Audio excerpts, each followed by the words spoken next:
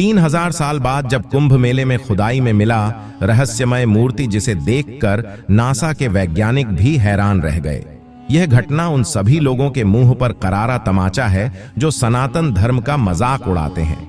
अगर आप एक सनातनी हिंदू हैं तो इस वीडियो को अंत तक जरूर देखिएगा, क्योंकि आज आपको इस बात का पता चलेगा कि केवल भारत देश में ही नहीं बल्कि इस पृथ्वी के किसी भी कोने में खुदाई की जाए तो वहां पर सनातन धर्म का सबूत मिलना तय है। ऐसा ही एक सबूत मिला प्रयागराज के उस क्षेत्र में जहां आने वाले समय में महाकुंभ का आयोजन होने वाला था। आगे बढ़ने से पहले सच्चे शिव भक्त वीडियो को लाइक करके कमेंट बॉक्स में हर हर महादेव जरूर लिखें। महाकुंभ हिंदू धर्म का एक महत्वपूर्ण धार्मिक उत्सव है। इसे कुंभ मेला भी कहा जाता है, जिसका आयोजन प्रति 12 वर्षों के दौरान किया जाता है।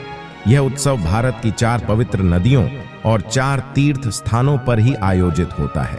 महाकुंभ का आयोजन सिर्फ प्रयागराज, हरिद्वार, उज्जैन और नासिक में ही होता है। हिंदू तिथि के अनुसार हर 12 साल में पौष पूर्णिमा के स्नान पर्व के साथ महाकुंभ की शुरुआत होती है और महाशिवरात्रि पर खत्म होता है। कुंभ की भव्यता और मान्यता का अंदाजा इस बात से लगाया जा सकता है कि कुंभ में स्नान करने के लिए लाखों करोड़ों श्रद्धालुओं की भीड़ जुटती है। इस वर्ष 13 जनवरी 2025 को महाकुंभ की शुरुआत होगी, जिसका समापन 26 फरवरी 2025 महाशिवरात्रि को होगा। महाकुंभ 45 दिन तक चलता है।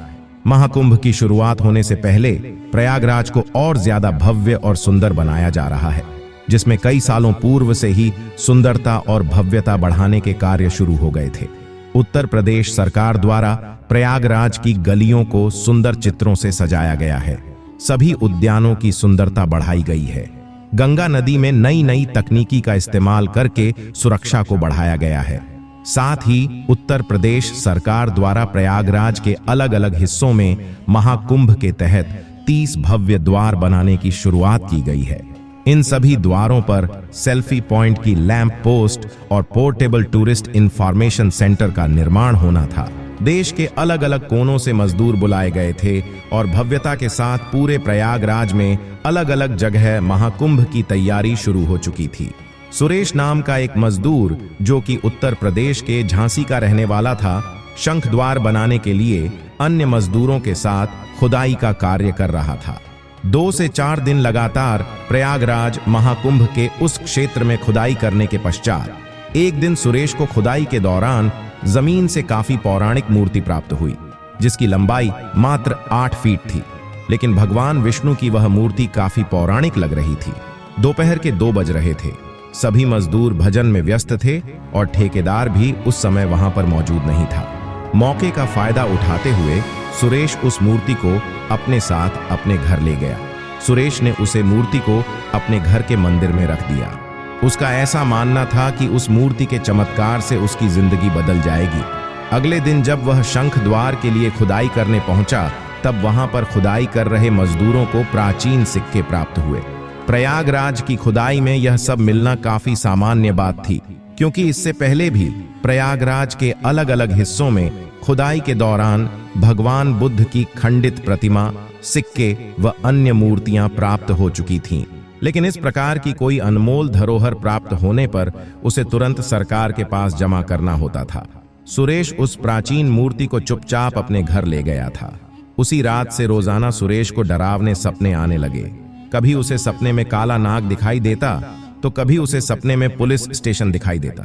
1 सप्ताह तक वह शंख द्वार पर खुदाई का कार्य करता रहा। भयानक सपना देख देख कर सुरेश परेशान हो चुका था। अंत में उसे एक बात समझ आई कि यह सब कुछ इस मूर्ति को अपने घर लाने के कारण हो रहा है। लेकिन उसे डर लग रहा था कि अगर उसने सच्चाई कबूल की तो उसे जेल हो जाएगी।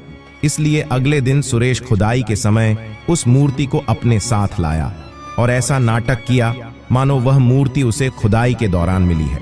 जब उस मूर्ति को सबके सामने पेश किया गया तो वह मूर्ति वास्तव में पौराणिक लग रही थी, जिसमें भगवान विष्णु शेषनाग की शैया पर लेटे हुए थे। इसके बाद वैज्ञानिकों की एक टीम को उस मूर्ति का परीक्षण करने के लिए बुलाया गया। जब उस मूर्ति की जांच रिपोर्ट सामने आई तो सच्चाई जानकर सबके रोंगटे खड़े हो गए। वह मूर्ति तकरीबन 3000 साल पुरानी थी। इसका निर्माण एक ऐसे पत्थर से हुआ था जिसका मिलना आज के समय में नामुमकिन था। ऐसा बताया जा रहा था कि उस मूर्ति की कीमत करोड़ों में थी। इसके बाद सरकार ने निर्णय लिया कि उस मूर्ति को महाकुंभ के दौरान संग्रहालय में रखा जाएगा, ताकि कुंभ मेले में आए सभी श्रद्धालु खुदाई से निकली इन चीजों को देख सकें और अपने धर्म पर गर्व महसूस कर सकें।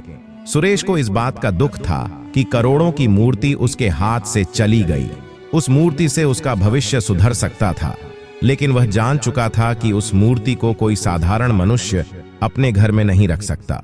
उसका इतिहास बहुत पुराना है, इसलिए प्रयागराज का संग्रहालय ही उसके लिए उचित जगह है।